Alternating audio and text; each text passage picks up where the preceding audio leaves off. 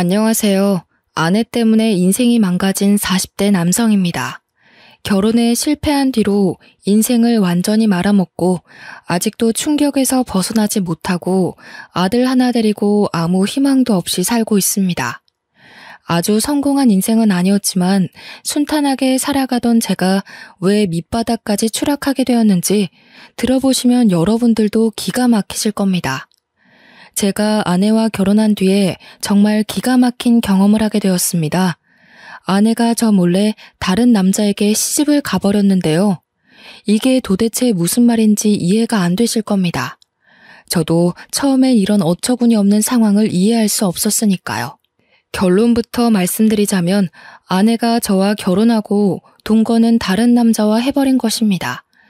그 사실을 알게 된 순간 피가 거꾸로 치솟을 정도로 화가 났지만 그 인간들에게 속수무책으로 당할 수밖에 없었습니다. 그것들은 짐승들도 하지 않는 더러운 짓을 저지르고도 뻔뻔스럽게 모든 잘못을 제게 뒤집어 씌우려고 했습니다. 저는 아버지가 일찍 돌아가시고 홀어머니 밑에서 자랐습니다. 엄마와 저의 불행은 아버지가 돌아가시면서 시작되었죠. 공장에서 작업 반장이었던 아버지는 새로운 기계를 설치하는 과정에서 작업자의 실수로 장비가 오작동되면서 사고로 돌아가셨습니다. 아버지가 돌아가시자 기다렸다는 듯이 고모가 할머니를 꼬드겨서 공장에서 나온 사망 위로금을 가로채버렸습니다. 그 돈은 당연히 엄마가 받아야 하는 돈이었지만 할머니는 세상 물정 모르고 착한 엄마를 속여서 고모에게 줘버렸는데요. 고모는 거기서 만족하지 않고 아버지 명의로 되어 있는 집에 눈독을 들였습니다. 고모가 할머니에게 엄마를 집에서 내보내고 자기랑 같이 살자고 유혹했거든요. 아버지가 살아계실 때도 못된 시누이 노릇을 톡톡히 하던 고모였지만 이런 식으로 저랑 엄마를 배신할 줄은 몰랐습니다. 그전부터 한겨울에 엄마와 제가 자는 방에 보일러만 끄기도 했고 일부러 세탁기를 고장내 산더미 같은 빨래를 손으로 직접 빨게 만들었습니다. 할머니는 그런 모습을 보고 동정하기는커녕 엄마가 힘들다고 울상을 지으면 나가라는 말만 하셨습니다. 그렇게 힘들면 나가야지. 굳이 왜 여기 버티고 서 있어? 아범이 이제 이 세상 사람도 아닌데 너도 더 늦기 전에 경수 데리고 네 갈 길 가라. 하지만 엄마는 나갈 수 없었습니다. 할아버지는 돌아가시기 전에 집을 아버지에게 주셨기 때문에 어떻게든 재산 분배를 하려고 했죠. 땡전 한 푼도 없었기 때문에 어쩔 수 없었습니다. 엄마가 집에서 안 나가고 버티고 있던 그 해에 유독 눈도 많이 내렸습니다. 수십 년 만에 강추위라고 뉴스에 보도되던 때였죠. 지금도 그 추위가 생각날 만큼 엄청 추웠습니다.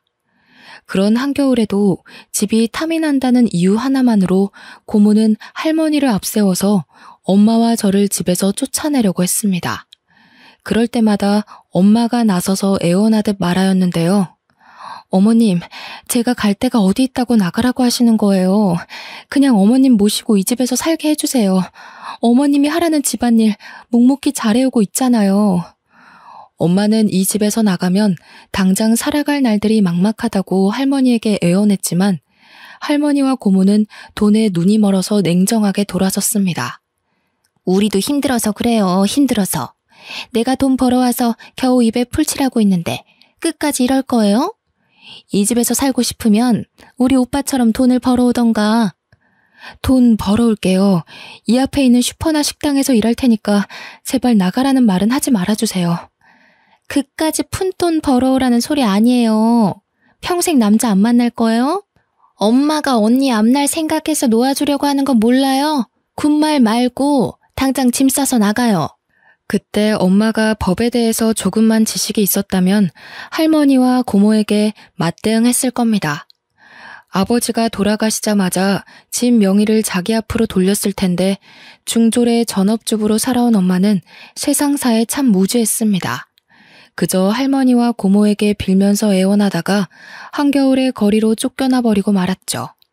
당장 갈 곳이 없었던 엄마는 외할머니 집으로 갔습니다. 외갓집은 외할아버지가 몸이 불편한 탓에 형편이 좋지 않아서 다른 거처를 알아봤지만 선택의 여지가 없었습니다. 그때부터 엄마는 저를 키우기 위해 닥치는 대로 일을 하기 시작했는데요.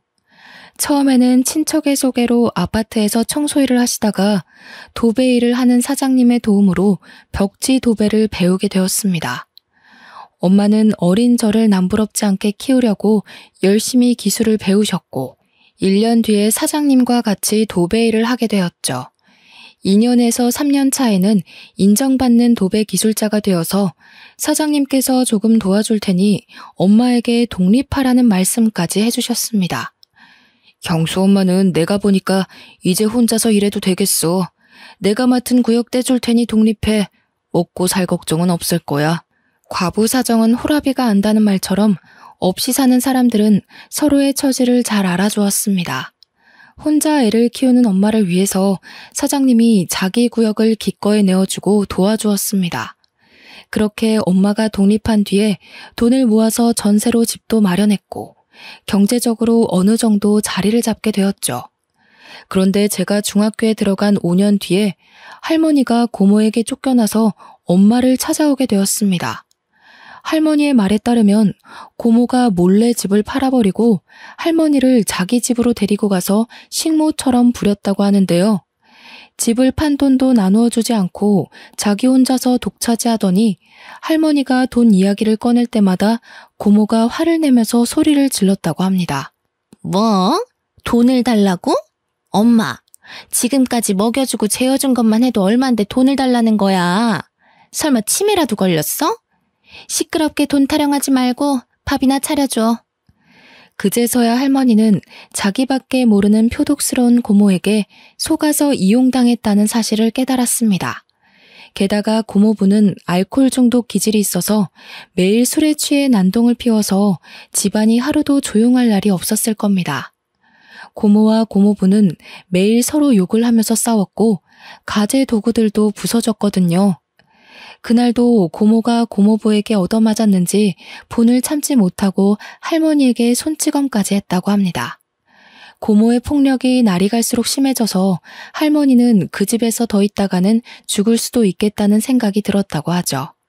그 길로 도망을 치듯이 빠져나와서 엄마를 찾아왔다고 하는데요. 저는 할머니를 내쫓았으면 했지만 할머니가 울면서 용서를 비니까 마음이 약한 엄마는 할머니를 받아주었습니다. 그렇게 불편한 동거를 몇 년 동안 지속하다가 제가 고등학교를 졸업할 무렵에 할머니가 세상을 떠나셨어요. 엄마는 고모에게 장례식에 오라고 연락을 했지만 고모는 전부 다 무시했습니다. 그래서 저희는 할머니가 돌아가신 뒤로 고모와의 인연을 완전히 끊어버렸어요. 몇 년이 지나 대학에서 경영학을 전공하게 된 저는 전자제품에 들어가는 부품을 만드는 작은 중소기업에서 일하게 되었습니다. 처음에는 영업팀에 발령이 나서 근무를 시작했는데요.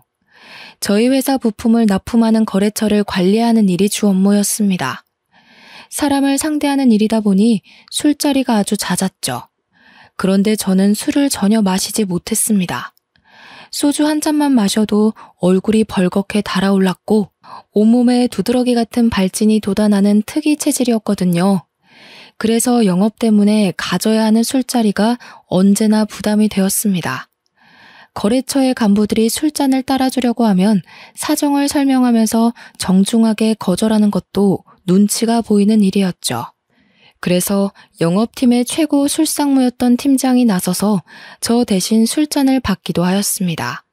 그러다 새로운 납품 회사를 뚫어서 담당자들끼리 인사를 하는 회식 자리를 갖게 되었습니다. 새 거래처의 팀장이 술고래에 융통성이라고는 전혀 없어 보이는 깐깐한 사람이었는데요. 그날도 저한테 술잔을 쥐어주며 술을 강요하기 시작했습니다. 어허, 세상에 술 못 마시는 사람이 어딨어? 그러지 말고 한 잔만 받아. 한 잔 마신다고 죽어? 죽냐고. 아이 얼른 마셔보래도. 팀장이 술에 취해서 제가 하는 말을 귓등으로도 듣지 않았습니다. 결국 더 이상 거절하지 못하고 술을 마셨는데 팀장이 계속해서 술을 권하더라고요. 결국 얼굴과 목에 심한 두드러기가 돋아올라서 힘이 들었습니다. 제가 병원에 가야 할 것 같다고 말해서 저 때문에 술자리 흥이 박살나고 말았죠. 이 일을 계기로 영업팀장과의 면담 자리에서 다른 부서로 보내주겠다는 말까지 듣게 되었습니다. 경수, 너 저번에 보니까 안 되겠더라. 우리 부서가 술자리에 꼭 참석해야 하는데 술을 못 먹으니까 영 분위기가 안 잡히더라. 너도 힘들었지? 적성에 안 맞는 것 같으니까 적당한 부서로 옮겨줄게. 여기서 거절하고 버티고 있을 수 없어서 우선 알겠다고 했는데요. 얼마 후에 회사의 회계를 맡은 부서로 발령을 받게 되었습니다. 늘 숫자와 씨름해야 하는 머리 아픈 업무였죠. 면접 볼 때 회계 공부를 한 적이 있다고 말한 걸 기억하고 있었는지 비전공자인 저보고 직접 부딪히면서 일해보라고 하더군요. 중소기업은 다 똑같은 것 같습니다. 사람이 안 구해지는 것 같으니까 아무 인력이나 집어넣어보고 아님 말고 시기였는데요. 다행히 회계 공부에 흥미가 있었던 저는 공부를 하면서 회사를 다녔습니다. 회계사 일은 아니었지만 회계 업무를 보조하는 일이라 가능한 일이었습니다. 그러다 저희 회사와 계약을 한 회계사가 건강이 안 좋아져서 그만두었고 대신 다른 젊은 여성 회계사가 배치되었습니다. 분기 결산이나 회계 감사를 하는 때가 되면 소연 씨라는 여성 회계사와 제가 밤을 새가면서 장부를 맞춰보고 회계 보고서를 만들었죠. 그렇게 사이가 친해지다 보니 소연 씨가 다른 회계사들과 참 다르다는 느낌을 받았습니다. 전임 회계사는 모든 업무를 제게 떠넘기고 자기는 형식적으로 검토만 하고 사인했거든요. 그러다가 문제가 생기면 책임을 전부 제게 떠넘겼습니다. 하지만 소연 씨는 엄청난 양의 회계 관련 문서들을 같이 검토했고 의문점이 생기면 제게 물어보면서 보고서를 만들었습니다. 저는 저보다 좋은 대학을 나오고 똑똑하지만 한편으로 검소한 소연 씨가 마음에 들었습니다. 제가 마음의 문을 여니 소연 씨와 업무 외의 사적인 대화도 하게 되었는데요. 소연 씨에게 왜 30이 되도록 사귀는 남자가 없는지 궁금하다고 물으니까 분위기가 이상해지더라고요. 소연 씨는 사귀는 사람 없어요? 남자라면 누구나 소연 씨를 좋아할 텐데 왜 아직 싱글로 남아있는지 모르겠네. 예전에 결혼을 약속한 사람이 있었는데 사고가 있었어요. 지금은 이 세상 사람이 아니에요. 소연 씨에게는 대학 시절부터 사귀던 애인이 있었는데 사고로 세상을 떠난 것 같더군요. 대학교 1학년 때부터 같은 과 선배와 사귀면서 결혼을 약속했었다고 합니다. 그런데 결혼식 한 달을 남겨두고 등산에 갔다가 사고를 당해 허망하게 죽었다고 하네요. 그 말을 해주면서 소연 씨의 낯빛이 무척이나 어두워졌습니다. 그 뒤로 남자를 만난 적도 없고 열심히 일만 하면서 살아왔네요. 이제 더 이상 누굴 만날 자신이 없어요. 상처받을까봐 무섭기도 하고. 아니에요, 소연 씨. 굳이 결혼은 안 하더라도 연애는 해야죠. 소연 씨라면 좋은 사람 만날 수 있을 거예요. 저는 이미 소연 씨에게 호감이 있는 상태라서 오히려 트라우마를 보듬고 치유해주고 싶었습니다. 제가 그 후로 적극적으로 저녁 먹자고 하고 주말에도 만나자고 하니까 조금씩 호감을 보이면서 닫혀있던 마음의 문을 열기 시작했습니다. 그렇게 몇 달이 지났을까요? 정식으로 교제를 시작하면서 큰 문제가 생기기 시작했습니다. 소연이 부모님이 대학 교수이셨거든요.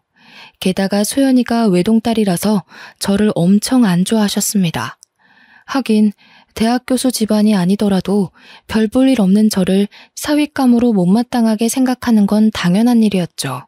하지만 소연이는 끝까지 저를 포기하지 않고 시댁으로 끌고 가 결혼을 전제로 만나는 걸 허락받으려고 하였습니다. 그런데 장모님께서 소리를 지르면서 반대하셨는데요. 아버지도 없고 직업도 변변치 않은 놈이 뭐가 좋다고 결혼을 하겠다는 거냐? 절대 안 돼. 내가 아주 괜찮은 신랑감 골라줄 테니까 당장 헤어져. 장모님께서 자기 눈에 흙이 들어가기 전까지 절대 결혼을 허락할 수 없다고 폭언을 내뱉으셨습니다.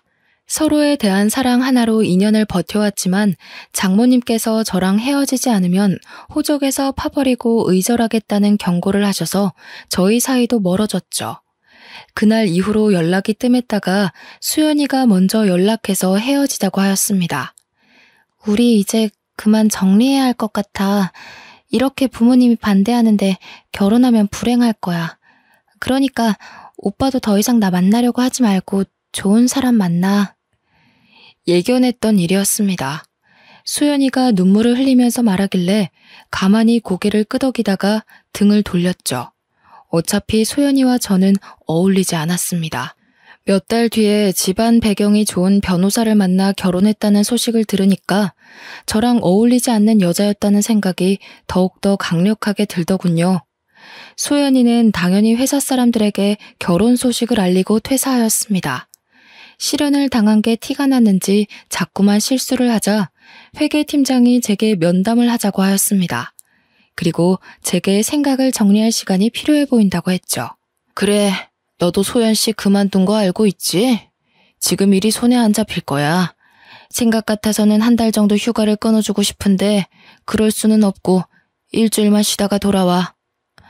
회계팀장이 제 사정을 이해해줘서 휴가를 내고 제주도로 일주일간 여행을 떠났습니다. 제주도에 도착해서 숙소에 짐을 풀고 근처 식당으로 들어갔는데요. 서빙을 하던 여성이 저를 보고 환하게 웃어주더라고요. 안녕하세요. 딱 보니까 이 동네 사람은 아닌 것 같은데 저희 식당 처음 오셨어요? 네, 이제 막 제주도에 도착했는데 여기는 뭐가 맛있나요? 전부 다 맛있지만 흑돼지 백반이 최고 인기 메뉴예요. 그걸로 드릴까요? 네, 그걸로 주세요. 서빙을 하던 여성이 추천해주던 대로 제주도 흑돼지 백반을 시켰는데 양이 정말 푸짐하고 맛도 좋더라고요.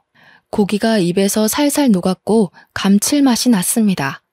다음에도 또 오고 싶다는 생각을 하고 있는데 서빙을 하던 여성이 갑자기 말을 걸어왔죠.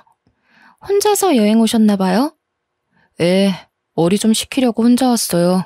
얼마나 계시다 갈 건가요? 일주일 정도 머물 겁니다. 여행 계획은 잡으셨어요? 아니요, 그냥 아무 생각 없이 훌쩍 떠난 거라 계획은 없어요.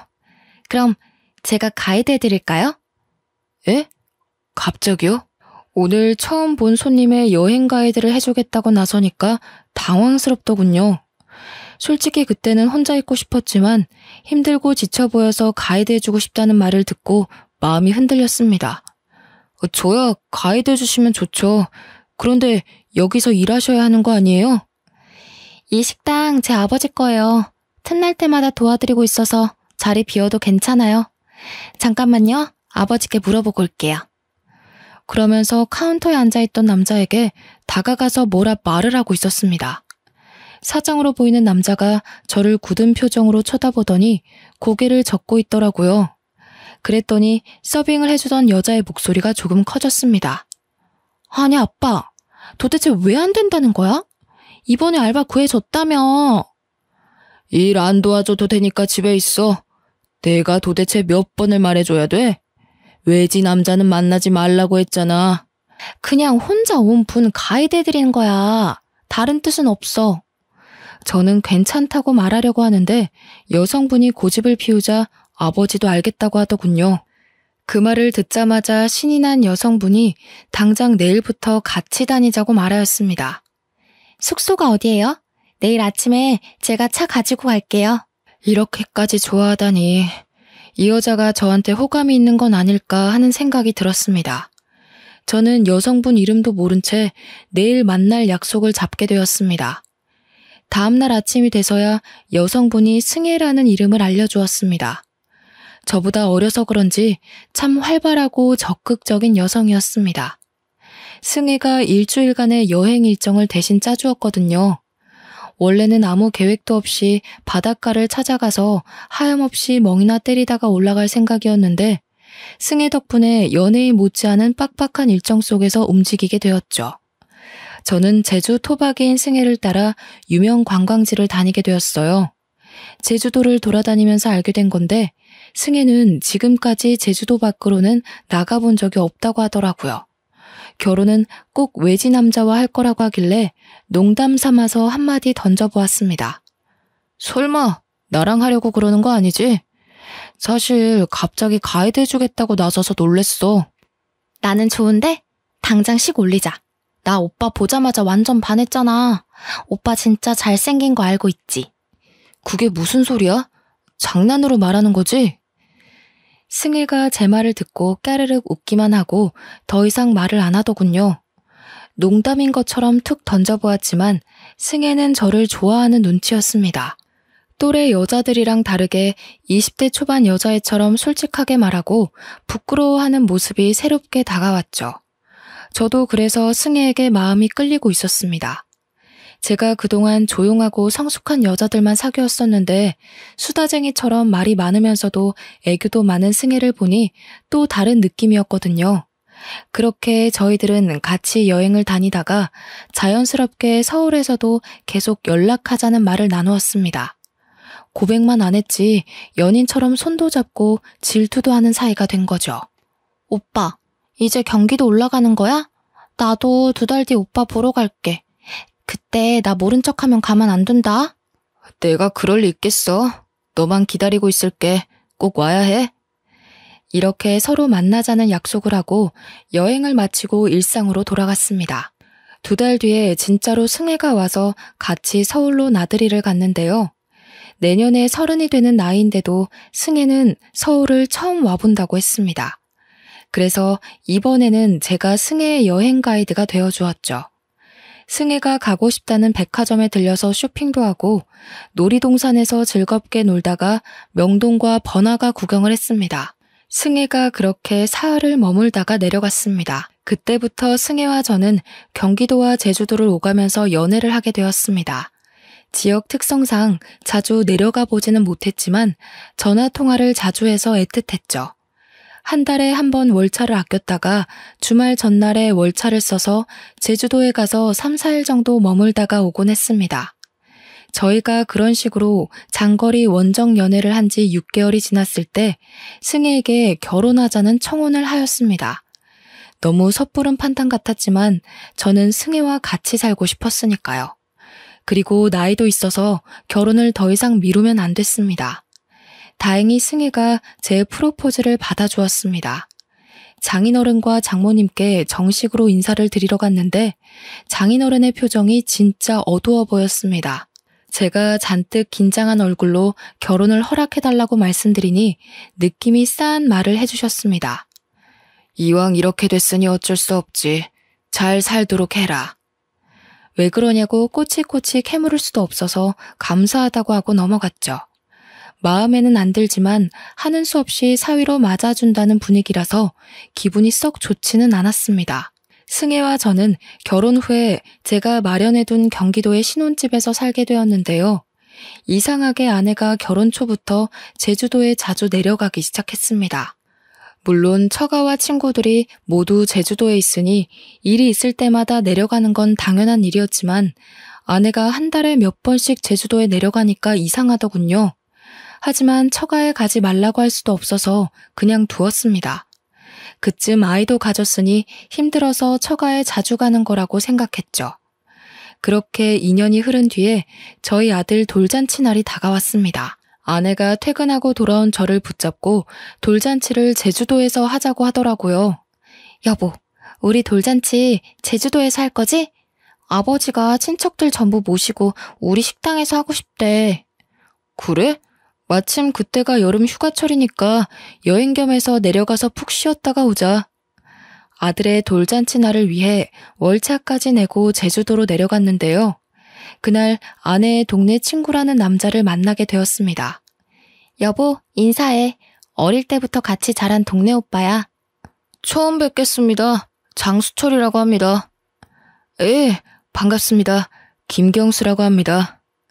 돌잔치 준비하기도 바빠 죽겠는데 아내가 아는 오빠를 소개해주겠다고 했을 때 약간 당황스럽긴 했습니다. 게다가 아무리 친한 오빠라고 하더라도 남편에게 알고 지냈던 남자를 소개해준다는 건 흔한 일이 아니잖아요. 하지만 제가 보수적인 거라고 생각했습니다. 아내가 장수철이라는 남자를 진짜 친구라고 생각하는 거라며 이해해보려고 했죠. 수철 씨는 민박집을 운영하고 있다며 처가까지 가지 말고 민박집에서 묵고 가라고 하였습니다. 처가 좁은 거 알고 계시지? 거기서 잠자고 하려고 눈치 보일 텐데 모처럼 오셨는데 저희 집에서 하루 묵었다 가시죠. 수철 씨가 처가의 집 크기까지 알고 있는 게 찝찝했지만 제주도에 머무는 동안 그곳에서 며칠 지내기로 하였습니다. 수철 씨는 친절하게 민박집 하나하나를 구경시켜주면서 설명해주더군요. 덕분에 관심도 없던 아내의 친한 오빠의 취미 생활까지 알게 되었습니다. 조개 껍데기가 가득 있는 방안을 보여주길래 멋지다, 근사하다는 말로 대충 대꾸해 주었죠. 무언가 봐달라는 눈치였지만 안 그래도 돌잔치 준비 때문에 지쳐있는 상태였습니다. 관심도 없는 조개 껍데기 구경할 시간이 없어서 얼른 돌잔치 장소로 넘어갔는데요. 돌잔치를 마치고 저는 회사 일 때문에 다시 경기도로 올라갔습니다. 아내는 제주도에 더 있겠다고 하더니 2주 뒤에 올라왔습니다. 그날 이후로 아내가 점점 제주도에 머무는 시간이 길어졌습니다. 여보, 다음 주에 제주도 가서 보름만 있다가 올게. 뭐? 저번에는 2주나 더 있다가 왔잖아. 왜 보름이나 있으려고 하는 거야? 엄마가 몸이 안 좋아서 식당 일 도와달라고 그러네? 아내가 식당 일을 핑계로 제주도에 가더니 보름 혹은 한 달씩 머물다가 오기 시작했습니다. 그리고 며칠 지나지 않아서 또 제주도에 갔고 2달 넘게 지내다가 오기도 했죠. 저는 장모님이 아파서 그런 거라고 생각해서 제 아들이 6살이 될 때까지 1년의 절반 이상을 제주도에서 지내게 하였습니다. 그런데 모임에서 만난 고등학교 동창이 뜻밖의 말을 꺼내놓았습니다. 내가 저번 달에 제주도로 휴가를 갔는데 재수씨를 만났어. 땡땡 민박집에서 지내고 있더라? 재수씨는 왜 거기서 지내고 있는 거래? 친구는 제주도 여행을 계획하고 숙소를 알아보다가 비교적 가격이 저렴한 민박집을 예약했는데 그곳에서 아내를 봤다는 겁니다.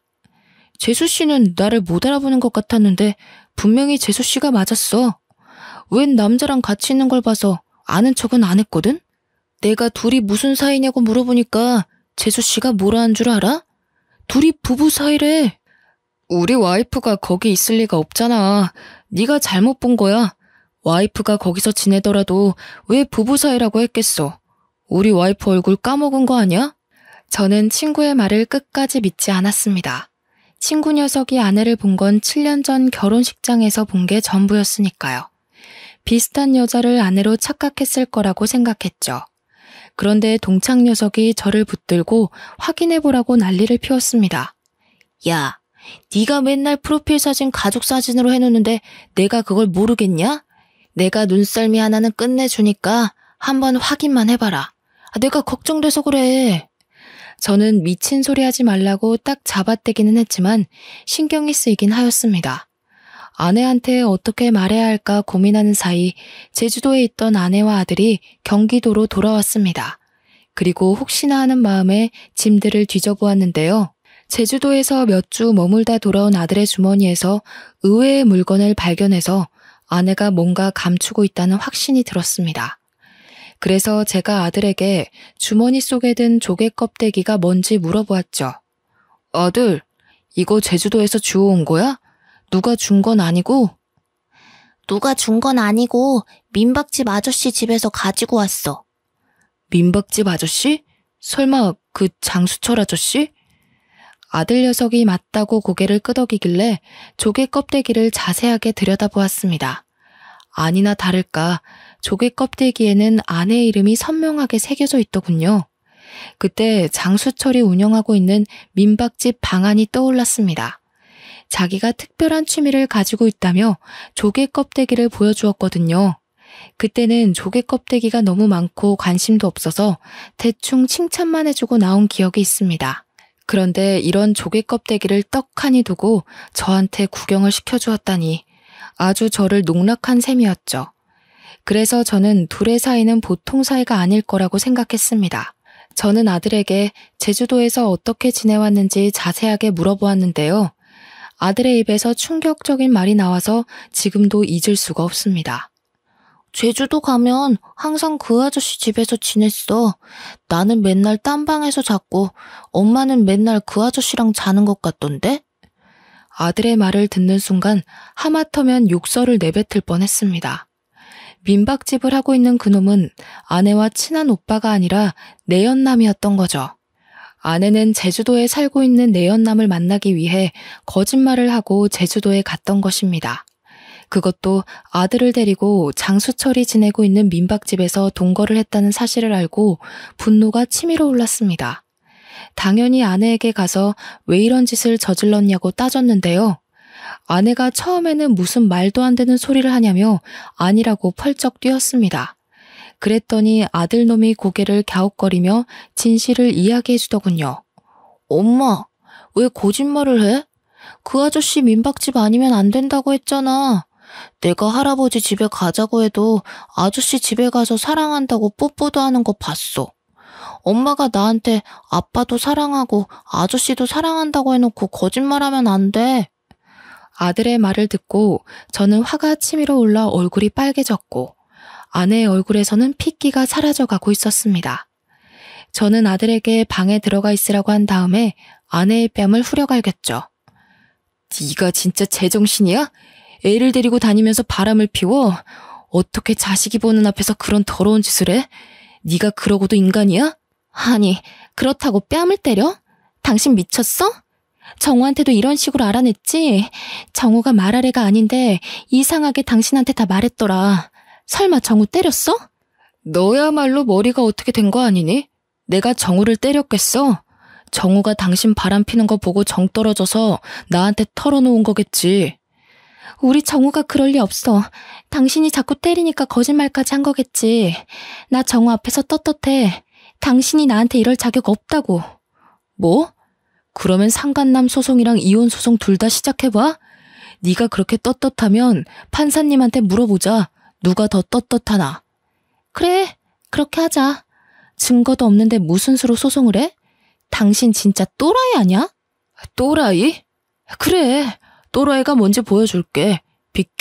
비키라고. 당신이 잘못할 때까지, 털어놓을 때까지 다 거덜낼 거야. 제가 난동을 피우면서 집안 살림을 하나씩 부수기 시작하니까 그제서야 아내가 제 바짓가랑이를 붙잡으며 울음을 터뜨렸습니다. 여보, 잘못했어. 그만해. 그만하라고. 나도 어쩔 수가 없었어. 아버지가 반대하는 바람에. 제가 추궁하니까 아내는 모든 걸 체념하고 왜 이런 말도 안 되는 짓을 저질렀는지 털어놓더군요. 장인어른이 아내를 제주도 밖으로 못 나가게 하고 집착해서였다고 합니다. 아내는 섬이 답답하고 싫어서 육지로 나가고 싶다고 하자 장인이 바로 반대했죠. 승혜, 네가 육지로 나가버리면 이 식당은 누가 운영하니?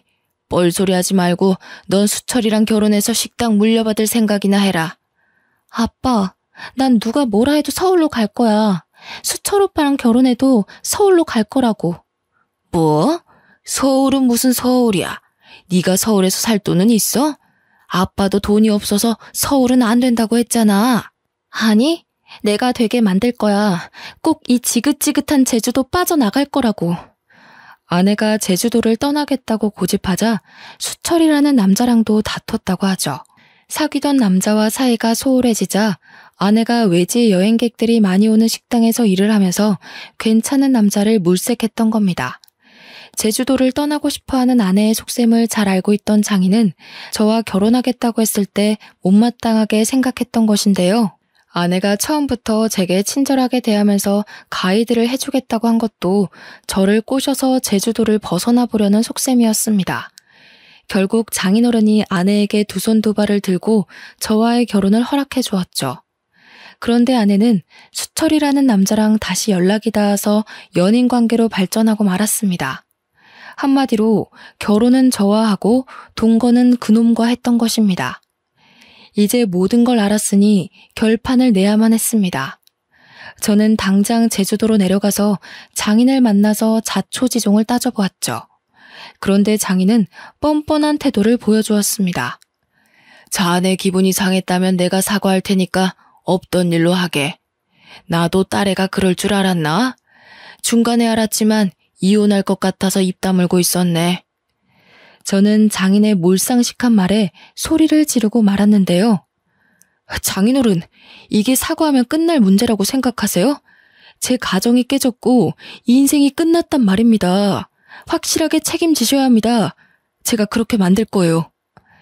이런 식으로 씩씩대면서 처가를 나와서 장수철이 운영하는 민박집으로 차를 몰고 갔습니다.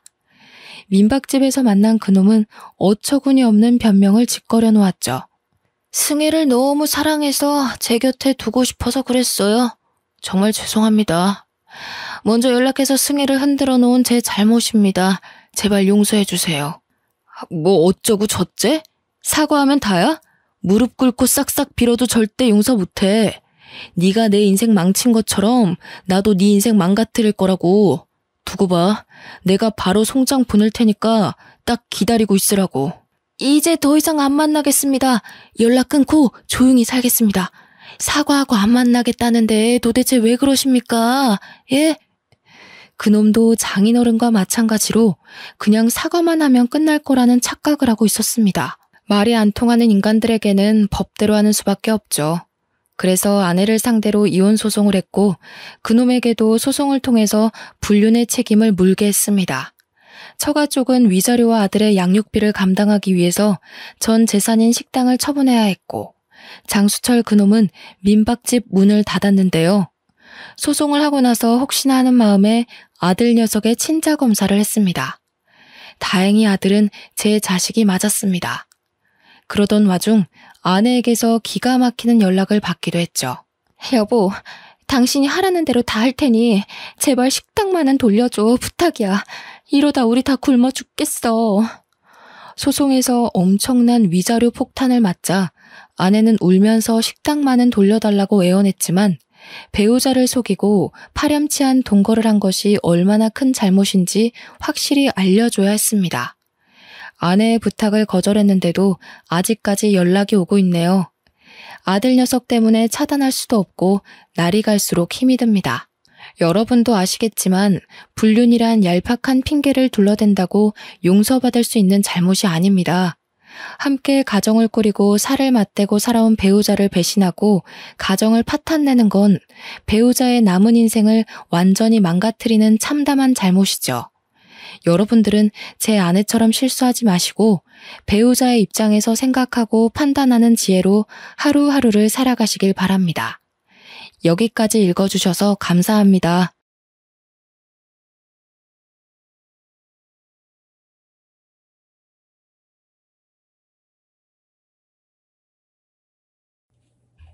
안녕하세요. 저는 70대 중반 여자입니다.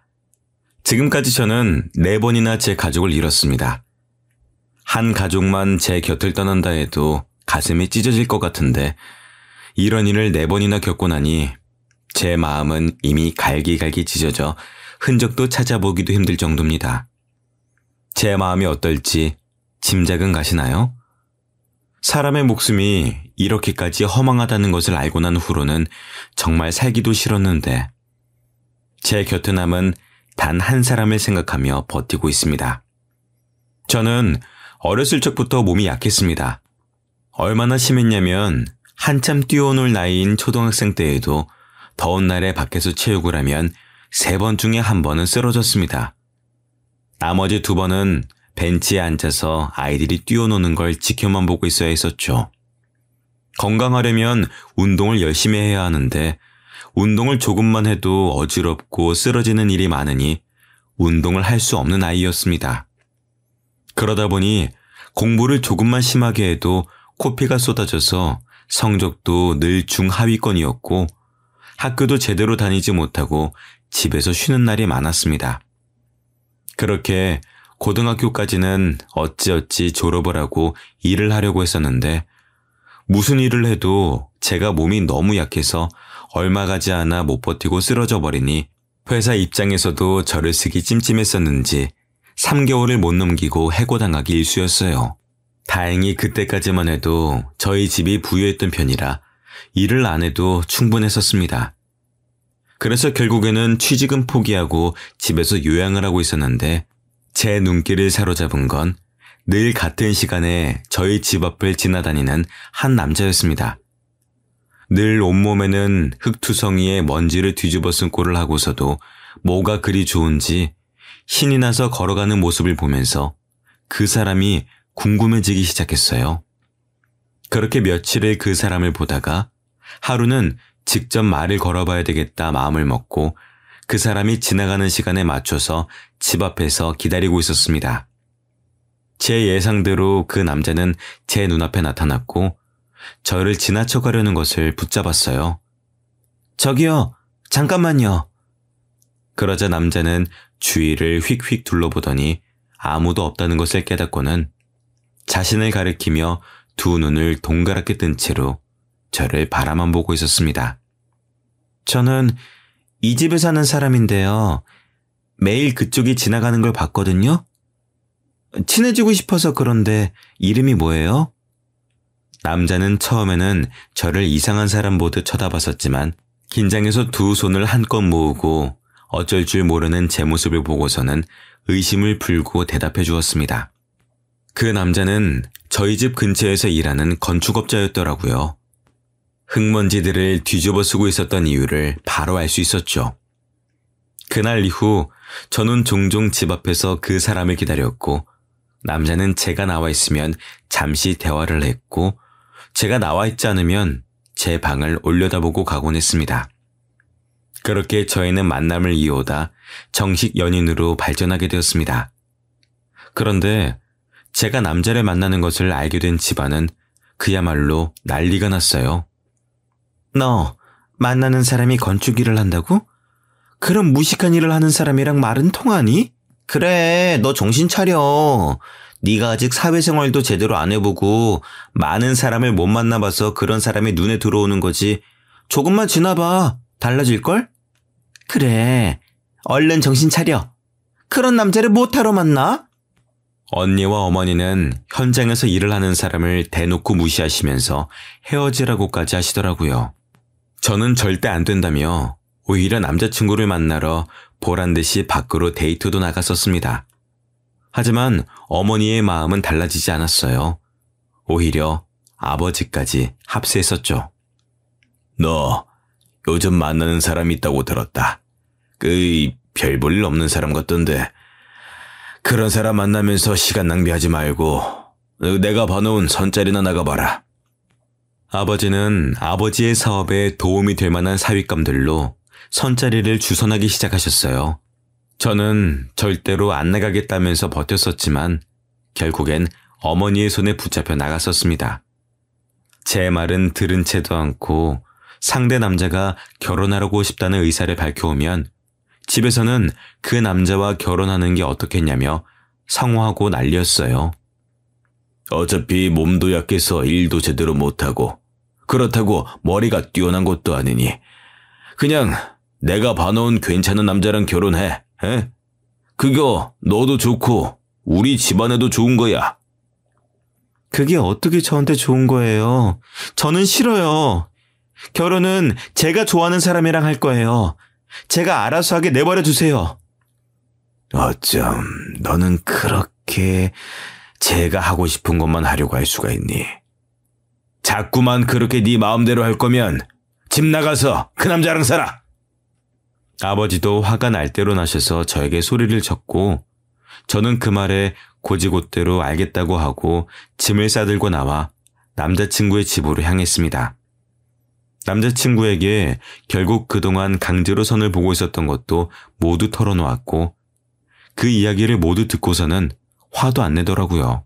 오히려 그럼 선을 못 보게 얼른 결혼해버리자며 먼저 말을 꺼냈습니다. 저도 그 생각에 동의했기 때문에 일주일 후 아버지의 화가 조금이나마 풀리셨을 거라고 생각하고 집으로 남자친구와 인사를 드리러 갔어요. 남자친구는 부모님이 안 계셔서 지금까지 쭉 혼자 지내왔다고 하더라고요. 그래서 저희 집에서 허락만 받으면 됐었죠. 초반까지는 그래도 싫어하지도 좋아하지도 않는 분위기였습니다. 꽤 탐탁치 않아 하시는 눈치긴 했지만 남자친구의 싹싹한 성격 덕분에 아버지도 마음을 돌리시나 생각했었죠. 하지만 남자친구가 부모님이 안 계시다는 이야기를 기점으로 분위기는 완전히 뒤바뀌고 순식간에 살얼음판이 되어버렸어요. 그 이후로 부모님은 절대 결혼은 안 된다고 하셨었지만 저는 그 남자를 너무 사랑했습니다. 결국에는 그날 밤 저를 방에서 나오지 못하게 어머니가 제 방문 앞을 지키고 계셨고 저는 창밖으로 몰래 탈출해 남자친구와 도망쳐 혼인신고를 해버렸어요. 결국에는 부모님과 저는 연이 완전히 끊겨버렸죠. 그 이후로 남편과는 작은 다툼 하나 없이 3년을 넘게 살았습니다. 아이를 가지고 싶었고 제가 몸이 좋지 않아 임신이 힘들었지만 남편은 그럼에도 아무런 재촉도 하지 않고 둘이더라도 충분히 행복하다면서 오히려 긍정적으로 생각했습니다. 그런데 남편과 결혼한 지 4년째 되던 날 저희에게 아이가 찾아왔습니다. 생각지도 못하고 있다가 속이 며칠째 더부룩해서 체한 줄로만 알고 병원에 찾아갔다가 저희에게 아이가 생겼다는 기쁜 소식을 들을 수 있었어요. 남편도 내심 아이가 있었으면 바라고 있었던 건지 정말 기뻐하더라고요. 그 이후로 저와 남편은 아이가 세상에서 나올 날만 손꼽아 기다렸습니다. 그런데 아이는 뭐가 그리 급했는지 한 달이나 일찍 세상에 나왔어요. 그러다 보니 몸도 다른 아이들보다 훨씬 약했었고요.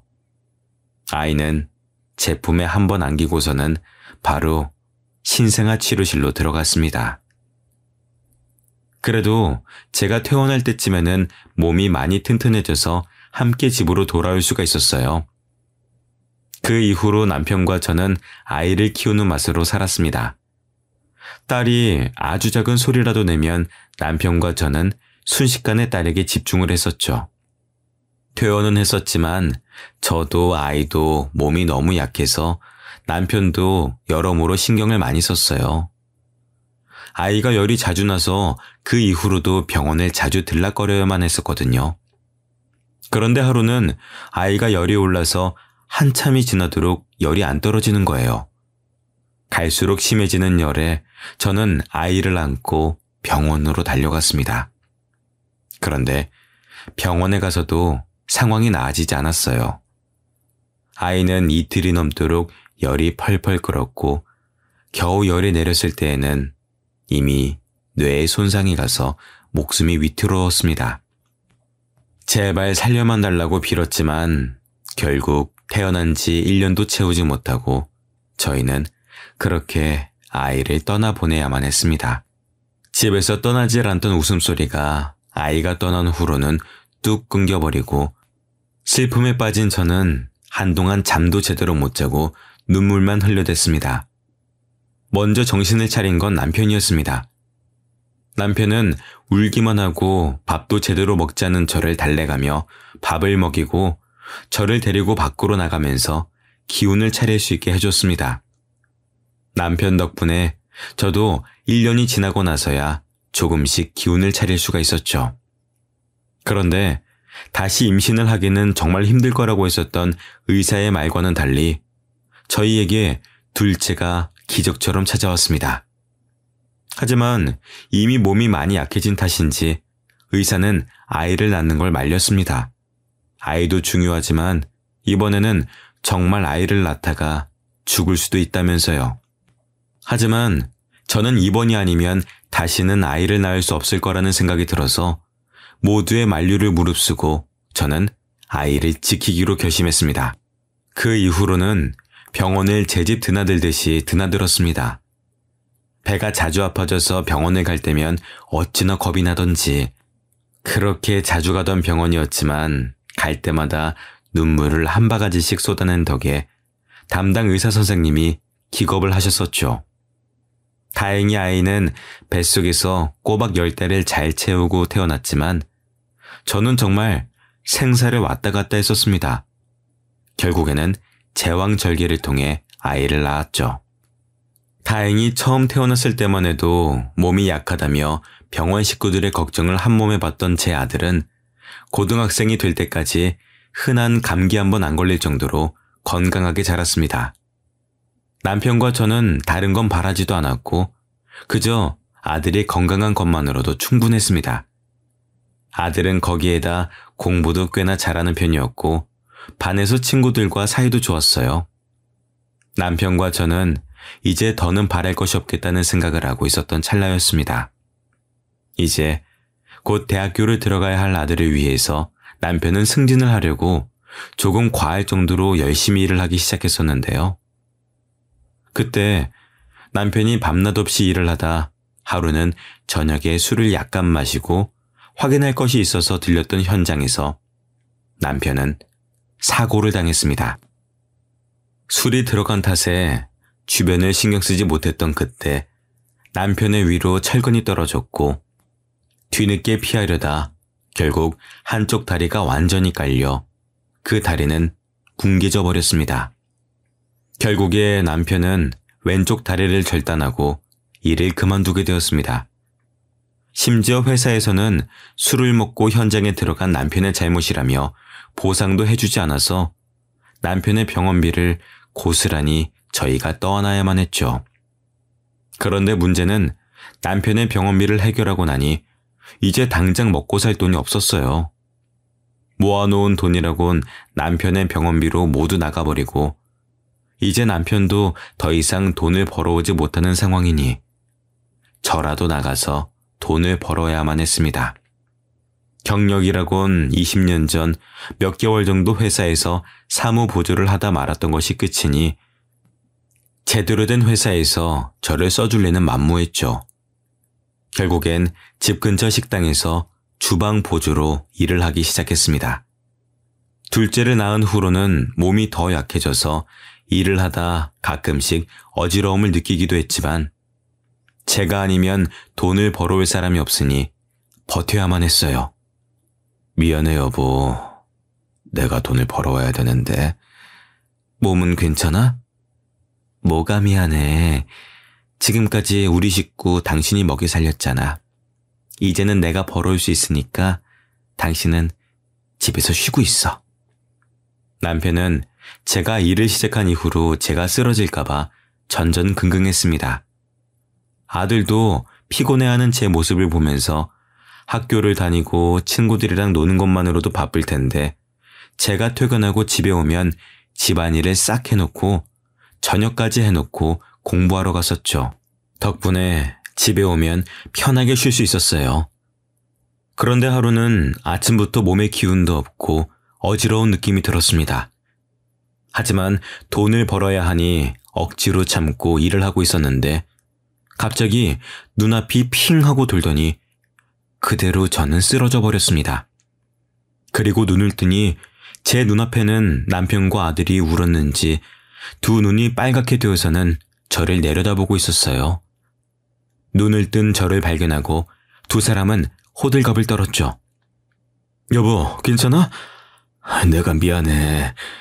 이제 내가 돈 벌 테니까 당신은 집에서 쉬어. 엄마, 아니야. 내가 돈 벌어올게. 나도 돈 벌어올 수 있어. 내가 미안해. 다들 뭐가 그렇게 나한테 미안해. 안 그래도 돼. 돈은 내가 벌 수 있어. 다들 쓸데없는 소리 하지 말고 나한테 맡겨. 지금 당신한테 맡기다가 당신이 쓰러졌는데 어떻게 당신한테 맡길 수가 있어. 당신은 이제부터 집에서 쉬어. 몸도 약한 사람이 그렇게 힘든 일을 하니까 이렇게 쓰러지지. 아들도 남편의 말에 동감한다는 듯 고개를 몇 번 끄덕이더니 두 사람은 합심해서 저에게 일을 그만두라며 성화였습니다. 식당 사장님도 몸이 허약해서 맘 놓고 쓰기 어려울 것 같다며 먼저 저에게 그만 나왔으면 좋겠다라고 말씀하시더라고요. 결국에는 저는 일을 그만두고 집에서 일을 쉬게 되었습니다. 그래도 몇 개월을 일했으니 조금 모아둔 돈으로 쉬다가 다시 나가서 일할 생각이었어요. 그런데 이번에는 아들이 더 빨랐습니다. 아들은 제가 쓰러진 이후로는 새벽같이 일어나서 학교를 간다며 집을 나섰는데 알고 보니 신문 배달에다 우유 배달까지 하고서 일찍 학교를 가서 잤다 그러더라고요.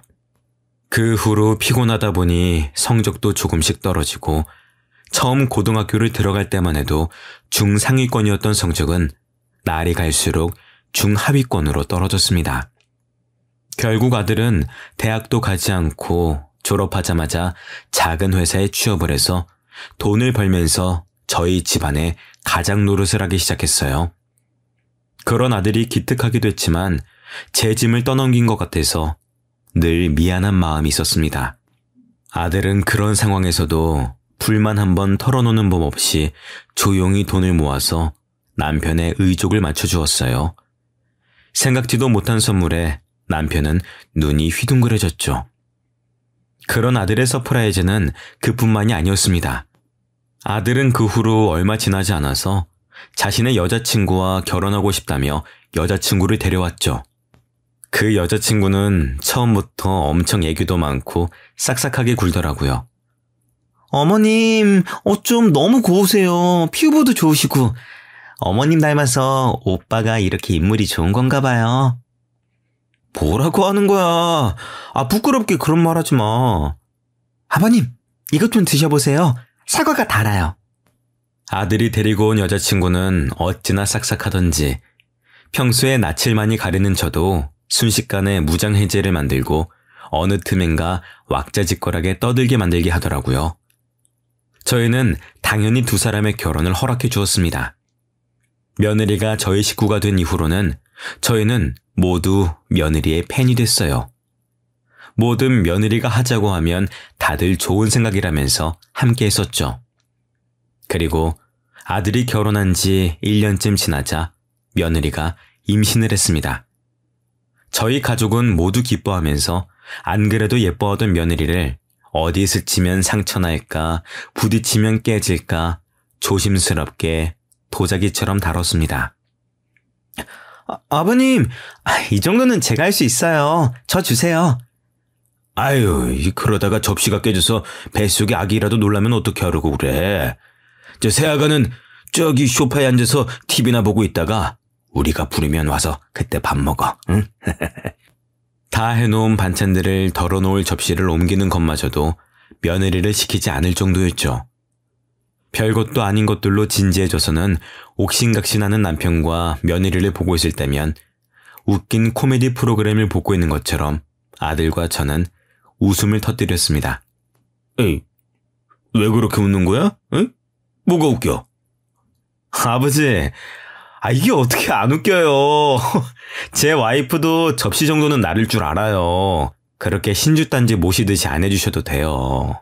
임신한 몸인데 신주단지보다도 더 귀하지. 네 엄마가 너 임신했었을 때는 이것보다도 훨씬 더 심했었어. 며느리라서 부담스러워할까봐 내가 참고 있는 거지. 아버님, 저 부담스러우세요? 저는 하나도 안 부담스러운데.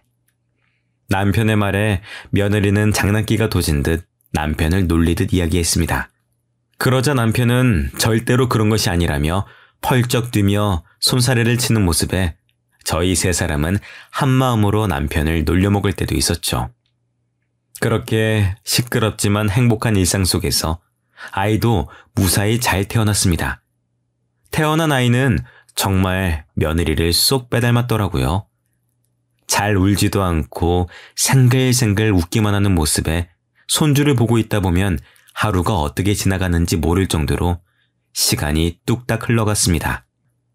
남편과 저는 맞벌이를 하는 아들네 부부를 대신해서 자주 아이를 봐주고 있었는데요. 며느리가 다시 복직을 하면서부터 조금씩 바뀌기 시작했습니다. 처음에는 일찍 퇴근을 해서 아이를 데리러 꼬박꼬박 자러던 며느리가 갈수록 야근이니 회식이니 하면서 데리러 오지도 않고 일주일에 한 번 올까 말까 하더라고요. 아들이 손주를 데리러 오긴 했었지만 아들도 바쁘면 손주를 데리러 오지 못해 며칠을 내리 저희 집에서 보낸 적도 있었습니다. 그러다 보니 웃기만 하던 손주가 부모님이 보고 싶은지 울며 보채는 날도 많아졌었죠. 처음에는 저희에게 오면 부모와도 잘만 떨어지던 아이가 저희 집에 오면 제 부모랑 한참을 떨어져야 한다는 걸 알아차렸는지 떨어지지 않으려고 하더라고요. 그 모습에 저희도 마음이 안 좋아져서 아들이든 며느리든 둘 중 하나는 일을 잠시 쉬면서 아이랑 함께 시간을 보내주라고 말했었지만 두 사람은 한치의 양보도 없었습니다. 이번에는 당신이 양보해줘. 나 이번 일만 잘 풀리면 승진이야. 그럼 돈도 훨씬 더 벌 수 있는데 내가 그걸 포기할 수가 없잖아. 당신만 그래? 나도 그래. 나도 아이 낳고 이제 겨우 복직해서 제대로 일하기 시작했는데 어떻게 그만둬? 지금 쉬면 나중에 복직 못해. 아들과 며느리는 그때를 기점으로 자주 다투기 시작한 것 같았습니다. 괜히 저희가 말을 해서 사이좋던 두 사람 사이가 나빠진 건 아닌지 마음이 불편했었죠. 그럴수록 눈치도 없이 손주는 부모님과 떨어지지 않으려 안달이었습니다. 아들이나 며느리가 눈에 보이지 않을 때면 어찌나 울어대는지 마음이 참 아팠어요. 막상 또 아들과 며느리가 아이랑 함께 있으면 잘 놀아주는 편이라 무작정 두 사람이 잘못했다고만은 할 수가 없어서 답답한 노릇이었죠. 결국에는 돈을 더 많이 벌어오는 게 아들이니 아들이 계속 직장을 다니고 며느리는 잠시 동안 일을 쉬면서 아이를 돌보게 되었습니다. 아들은 아이를 키워야 하니 돈을 더 많이 벌어오겠다면서 지방을 전전하는 현장직으로 근무를 바꿨어요. 그렇게 하면 확실히 돈은 더 벌 수 있다고 하더라고요. 하지만 며느리는 처음에는 손주를 잘 돌보는 것 같다가 또다시 밖으로 나돌기 시작했습니다. 아가야, 어딜 그렇게 나가는 거야? 기현이는 우리한테 내팽개치고. 어머님, 죄송해요. 제가 일이 있어서요. 잠시만 기현이 좀 봐주세요. 며느리는 일주일에 2-3번은 저희 집에 아이를 맡겨두고 나가는 일이 생겼습니다. 갈수록 아이에게 관심이 없어진 것 같아 남편과 저도 걱정이 많았어요. 설마 새아가 밖에서 다른 짓 하고 다니는 건 아니겠죠? 무슨 그런 소리를 해. 새아가가 어디 그럴 애야? 우리가 모르는 무슨 일이 있는 거겠지. 조금만 기다려봅시다. 하지만 더 이상은 며느리를 기다리고만 있을 수는 없는 상황이 벌어졌습니다. 오랜만에 김치를 담가서 김장김치를 나눠주려고 아들네 집에 들렸었는데 초인종을 누르니 며느리가 나오긴커녕 집안에서 아이의 울음소리만 들렸어요. 저는 며느리가 집안에서 큰일이라도 당했나 싶어서 다급하게 경비를 불러서 문을 열어 집 안으로 들어갔습니다. 그런데 집에는 며느리는 없이 손주만 덜렁 있었어요. 심지어 책장에 깔린 채로요. 저는 깜짝 놀라 책장을 들어 아이를 빼냈고 손주는 놀랐는지 한참을 울음을 멈추질 못했습니다. 다행히 뭔가 많이 쌓아놓는 책장이 아니어서 그렇게 무거운 편은 아니었지만 2살배기 아이에게는 충분히 위협적인 무기였었죠. 저는 처음으로 며느리에게 화가 잔뜩 나서 전화를 했습니다. 무슨 일이라니? 너는 집에 애 혼자 두고 어딜 그렇게 돌아다니는 거야? 애가 12살도 아니고 겨우 2살인 애를 두고 집 밖을 나갈 정신이 있니? 집에 오셨어요? 말씀하고 오시지. 저도 정말 잠깐 나갔었던 거예요. 밖에서 그렇게 오래 있었던 것도 아니고요. 지금 바로 들어갈게요. 됐다. 집에 가봤자 기현이 없어. 기현이 책장에 깔려서 지금 병원이다. 병원에서 검사해보고 우리 집으로 데려갈 테니까 그렇게 하라. 네? 기현이가요? 많이 다쳤어요? 무슨 병원이에요? 이미 늦었어. 이제서야 기현이가 어떤지 궁금하긴 하니? 저는 화가 나서 며느리에게 병원도 어딘지 알려주지 않고 끊어버렸습니다. 다행히 손자는 어디 한 군데 크게 다치질 않아서 바로 퇴원할 수 있었습니다. 그리고 집으로 가니 며느리가 안절부절 못하면서 저희 집 앞에서 기다리고 있더라고요. 어머님! 기현이는요? 크게 다친 곳은 없죠? 그렇게 걱정됐으면 아이를 혼자 두고 밖에 나가질 말았어야지. 죄송해요. 제가 너무 급한 일이어서 앞에서 잠깐 만나자고 해서 딱 10분만 만나고 다시 집으로 들어가려고 했어요. 그렇게 급한 일이면 아이는 혼자 둬도 되는 거니? 아이는 데리고 나갔어야지. 죄송해요. 너무 급하게 나간다고 그럴 정신이 없었어요. 급하다고 애를 안 챙기는 게 무슨 엄마니? 너 혼자 있는 집에 기현이 절대 안 보내. 내 남편 올라오면 그때 우리 집 와서 데리고 가. 그 전까진 절대 안 돼. 며느리의 말을 들을수록 더 화가 치솟은 저는 아들이 오기 전까지는 절대 아이를 보내지 않겠다며 그렇게 말한 후에 집으로 돌아와 아들에게 전화를 걸었어요. 여보세요? 무슨 일이에요, 엄마? 키연이가 다쳤다. 애엄마가 애 혼자만 집에 두고 나가서 애가 책장에 깔려서 집이 떠나가라 울고 있는 걸 보고 내가 놀래서 병원으로 데리고 갔다. 네? 그게 무슨 말이에요? 기현이는 괜찮아요? 많이 다친 건 아니죠? 많이 다치진 않았어. 이제 겨우 진정하고 잠들었다. 내가 아무래도 며느리를 잘못 본 것 같아. 급하게 나간다고 애를 내팽겨치는 게 말이 되니? 아들도 너무 놀라서 화를 내다가 일을 빨리 마치고 올라오겠다고 하더라고요. 늦어도 밤 12시에는 도착한다는 말에 항상 일찍 잠에 들던 남편과 저는 잠도 자지 않고 아들을 기다리고 있었습니다. 그런데 아들은 도착한다던 시간이 한참이 지나도 오질 않았어요. 처음에는 운전 중이라 전화하면 괜히 방해하는 걸까봐 기다려봤지만 차가 밀려서 늦는다고 해도 심하다 싶을 정도로 오질 않았습니다. 결국엔 새벽 2시가 넘어서 아들에게 전화를 걸어보았지만 받질 않았어요. 얼마 지나지 않아 며느리에게 전화가 왔습니다. 아들에게 사고가 났으니 얼른 병원으로 와달라면서요. 그렇게 저는 병원에서 나온 지 24시간도 채 지나지 않아 다시 병원으로 향했습니다. 아들은 급하게 운전을 해서 올라오다가 졸음운전 차량과 사고가 나면서 차가 심하게 훼손됐다고 하더라고요. 겨우 아들만 차 안에서 빼내고 휴대폰은 사고 난 차 안에 있어서 전화를 해도 받지 않았었던 겁니다. 경찰에서 신원 조회를 해서 며느리에게 연락이 갔던 거죠. 아들의 상태를 보러 갔지만 근처에도 갈 수도 없을 만큼 심각한 상황이었습니다. 병상을 둘러싼 많은 사람들이 아들을 살리기 위해서 온갖 가진 노력을 다했었지만 아들은 결국 그 자리에서 일어나지 못하고 숨을 거두고 말았어요. 남편과 저는 다리에 힘이 풀려 그 자리에 주저앉았습니다. 너무 현실성이 없어서 정말 꿈인 것 같았습니다. 모든 게 다 거짓말 같았어요. 겨우 키워놓은 아들마저 세상을 떠나니 모든 게 허망하더라고요. 처음에는 눈물도 안 날 지경이었습니다.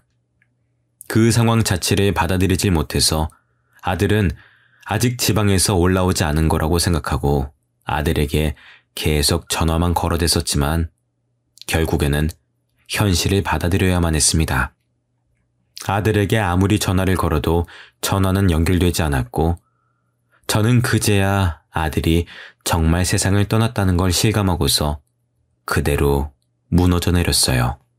늘 제 옆에서 든든하게 받쳐주던 남편도 이번만큼은 도저히 감당할 수가 없었는지 함께 무너져 내려서 저희는 부둥켜 안고 울다가 그대로 저희 둘 다 실신까지 했습니다.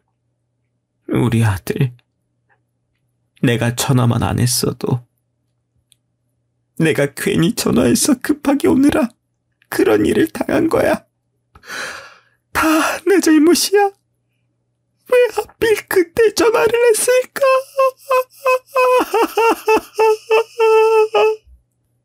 저는 제 스스로를 용서할 수가 없었습니다. 제가 아들에게 전화만 하지 않았더라면 이런 일이 일어나지 않았을 거라는 생각에 제 자신이 너무 미웠습니다. 심지어 제가 정신을 차렸을 때는 이미 아들의 장례식조차 끝이 나 있었습니다. 정말 낳기만 하고 해준 것도 없는 엄마가 된 것 같아 아들에게 너무 미안했어요. 아이 좀 더 돌봐주는 게 뭐가 그렇게 어려운 일이라고 두 사람 사이에 분란을 만들었는지 과거로 돌아갈 수만 있다면 제 입을 막아버리고 싶었습니다. 뒤늦게 아들의 묘를 찾아가 처음으로 그날 아들과 술 한잔을 했습니다. 아들에게 미안하다는 사과를 수백 번을 했지만 달라지는 건 없었어요. 제 마음이 여전히 죄책감으로 가득한 것조차 똑같았습니다. 그런 와중에 저희는 손자를 누가 키울지 결정해야 했습니다. 당연히 아이의 엄마인 며느리가 키워야 하는 게 맞지만 저는 더 이상 며느리를 믿지 못했었죠. 솔직히 나는 너 못 믿겠다, 아가. 어머님, 죄송해요. 제가 그런 실수를 한 것도 다 인정해요. 네가 혼자 키우면 또 이러지 않을 자신이 있니? 더는 이런 일이 생기지 않을 거라고 각서라도 쓰면 아이를 데려갈 수 있게 해줄게. 하지만 며느리는 한참을 생각하더니 고개를 좌우로 저었습니다. 어차피 각서라고 해봤자 법적 효력도 없는 것이니 그냥 쓰고 데려갈 수도 있었던 건데 며느리는 오히려 그럴 수 없을 것 같다면서 아이를 포기하고 떠나가더라고요. 그 이후로 저와 남편 둘이서 손자를 키우며 살아왔었는데요. 할머니, 할아버지 밑에서 자라서 주위 친구들이 놀려서 기가 죽으면 어쩌나 걱정도 많았지만 손자는 그런 기색 하나 없이 저희를 부모처럼 생각하며 자라왔습니다. 중간에 사춘기가 와서 반항을 조금 하긴 했지만 요즘 아이들의 사춘기에 비해서는 귀여운 수준이었었죠. 손자가 고등학교에 입학하고 얼마 지나지 않아 저에게는 또 불행한 일이 닥쳤습니다. 바로 남편이 간암에 걸렸다는 거였어요.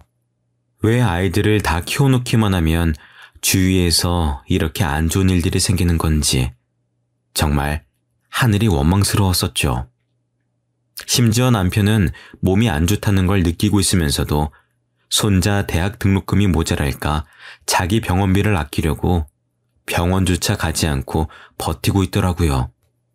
갈수록 남편의 얼굴이 거무칙칙해지는 게 이상해서 피부 문제인가 생각했었는데 이미 간암이 다른 곳까지 전이가 돼서 치료가 힘들겠다고 하더라고요. 남편은 다리를 잃은 이후로 술을 마시기 시작했었는데 아들이 사고로 죽고 난 다음부터는 틈만 나면 아들에게 가서 이야기하다 술도 한잔하고 오는 게 일상이 되어버렸거든요. 아무래도 그것들이 쌓이고 쌓이다 보니 결국 병이 되어버린 것 같았습니다. 아무래도 우리 아들은 당신보다 날 더 좋아했던 것 같아. 그러니까 아빠가 보고 싶어서 이렇게 먼저 데려가지. 당신, 그런 말 말아요. 무슨 그런 무시무시한 소리를 아무렇지도 않게 해. 당신은 천천히 와. 내가 먼저 가서 우리 딸하고 둘째 아들하고 놀고 있을게. 남편은 자신이 맞이할 결과를 알고 있다는 듯 모든 것을 체념한 채로 재미없는 농담을 하며 하루하루 버텨냈습니다.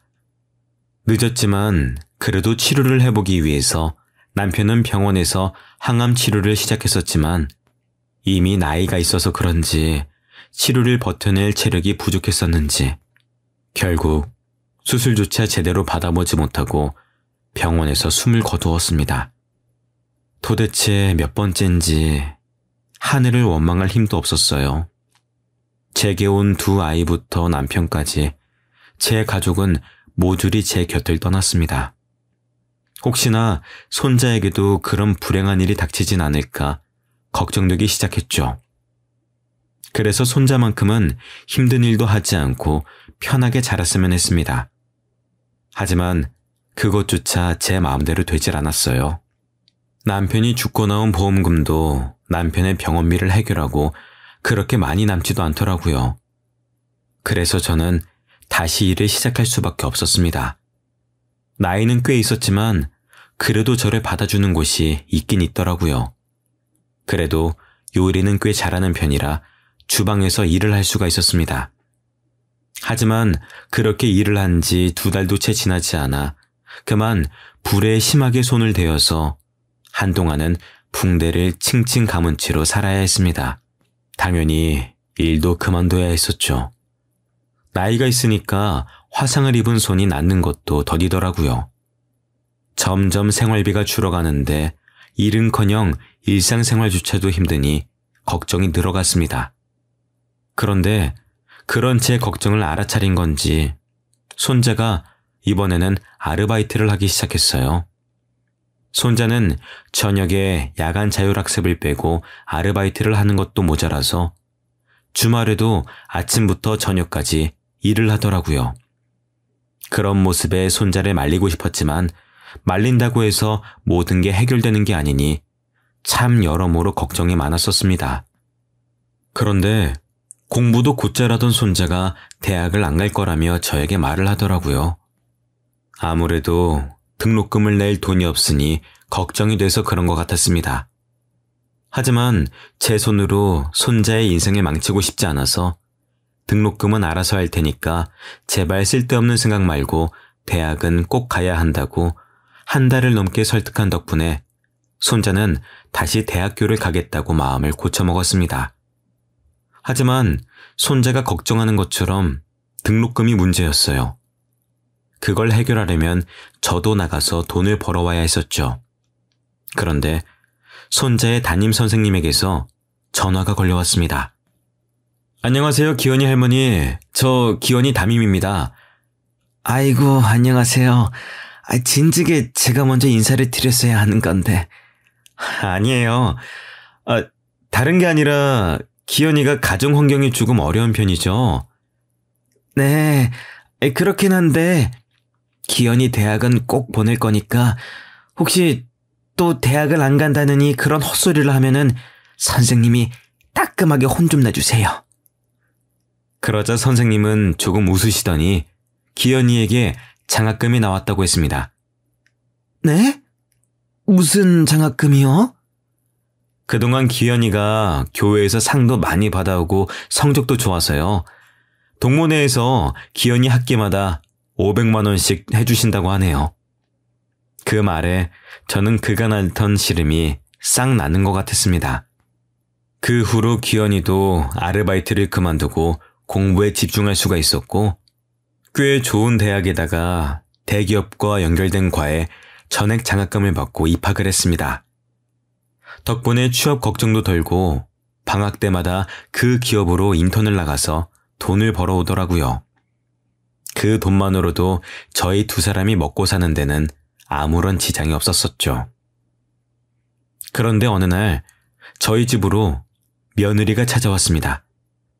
어머님, 그동안 잘 지내셨어요? 아버님 소식은 얼마 전에 들었어요. 무슨 일로 찾아왔어? 이제서야 기현이가 보고 싶은가 보지? 그러자 며느리는 고개를 푹 숙이고 눈물을 뚝뚝 떨어뜨렸습니다.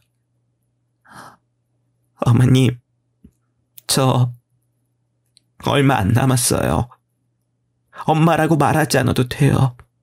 그러니까 한 번만 가까이서 볼 수 있게 해주세요. 알고 보니 며느리는 혈액암에 걸려서 이제 겨우 3달 정도밖에 안 남았다 하더라고요. 매번 멀리서 손자가 커오는 걸 봤었는데 죽기 전에 마지막으로 가까이서 보고 싶어서 직접 찾아온 거였습니다. 얼마 남지 않았다는 이야기에 마음이 약해진 저는 기현이와 며느리를 만나게 해주기로 결정했습니다. 생각해보면 며느리도 의도한 건 아니었던 사고였는데 제가 너무 며느리만 몰아붙였었는지 후회되기도 했었고요. 그리고 그날 저녁 손자는 정말 오랜만에 친엄마를 만났습니다. 네, 엄마라고요? 그동안 어디 계시다가 이제서야 나타난 거예요? 미안해. 내가 너를 볼 면목이 없어서 그동안 멀리서만 지켜봤어. 처음에는 며느리에게 적대적이던 손자는 이야기를 하다 결국에는 엄마의 품에 안겨 한참을 울었습니다.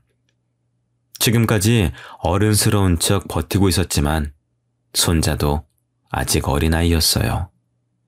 그 후로 손자와 며느리는 남은 3달이라는 시간 동안 그동안 하지 못했던 것들을 잔뜩 하며 시간을 함께 보냈습니다. 둘이서 캠핑도 가고 바다도 보러 가고 함께 아들에게 인사도 하러 다녀오면서요. 하지만 그 떨어져 있던 사이의 공백을 다 메우기도 전에 며느리는 세상을 떠났습니다. 그리고 손자의 앞으로 어마어마한 금액의 재산을 남겨주고 떠났습니다. 알고 보니 며느리는 그동안 꽤 돈을 많이 벌어왔나 보더라고요. 며느리의 친구이자 대리인에게 이야기를 들으니 손자를 혼자 두고 나갔던 날 며느리가 믿고 투자금을 맡긴 사람이 도망쳤다는 이야기에 황급히 나갔었던 거였어요. 제 아들이 지방을 돌아다니며 힘든 일을 하는 게 싫어서 자기가 직접 퇴직금으로 투자를 하려고 사람들을 만나면서 정보를 찾아다녔었는데 그게 저의 눈에는 그저 놀러만 다니고 있었던 걸로 보였던 겁니다. 결국에는 일이 모두 끝나고 한참 후에야 돈을 들고 도망간 사람을 찾아내 돈을 돌려받았고 그 이후로 여기저기 투자를 하다 대박이 나서 꽤 큰 돈을 모았다고 하더라고요. 그리고 그 돈으로 손자의 고등학교에 연락해 장학금 형식으로 손자에게 돈을 전달했던 것이었어요. 그 말을 들으니 그동안 오해하고 있었다는 사실에 너무 미안하더라고요. 며느리는 말하지 말라고 했다고 했지만 친구라는 사람은 그동안의 며느리의 속사정을 모두 알려주었습니다. 며느리도 제가 왜 그랬는지 충분히 이해하고 있으니 미안해할 필요는 없다는 말까지 덧붙였지만 그래도 며느리에게 사과 한번 제대로 못한 것이 못내 마음에 걸렸었습니다. 장례를 치르는 내내 마음이 불편하더라고요. 원래는 며느리가 죽기 전에 아무도 모르는 납골당에 자기를 안치해 주기를 바란다고 말을 전했다곤 했지만 손자와 상의 끝에 아들의 묘 옆에 나란히 며느리를 묻어주었습니다. 너무 늦게 오해를 풀어서 미안하다며 하늘에서 아들에게도 털어놓길 바라는 마음으로요. 그 이후로도 벌써 5년이 지나서 졸업을 앞두고 있습니다. 졸업하고 바로 자기가 가고 싶은 부서로 취직을 한다고 하니 이제 정말 걱정은 없습니다. 그동안 군대도 무탈하게 다녀오고 여자친구도 만들었어요. 주변 사람들을 넷이나 잃은 건 과거에 제가 너무 이기적이어서 벌을 받았나 생각합니다. 제멋대로 판단해버린 탓에 몇 명이나 상처를 받았을지 가늠이 안 되네요. 많이 늦은 것 같지만 남에게 도움만 받는 삶이 아니라 도움이 되는 삶을 살고 싶습니다. 여러분들도 너무 받기만 하는 삶보다 뭐든 주고받는 인생 사시길 바라겠습니다.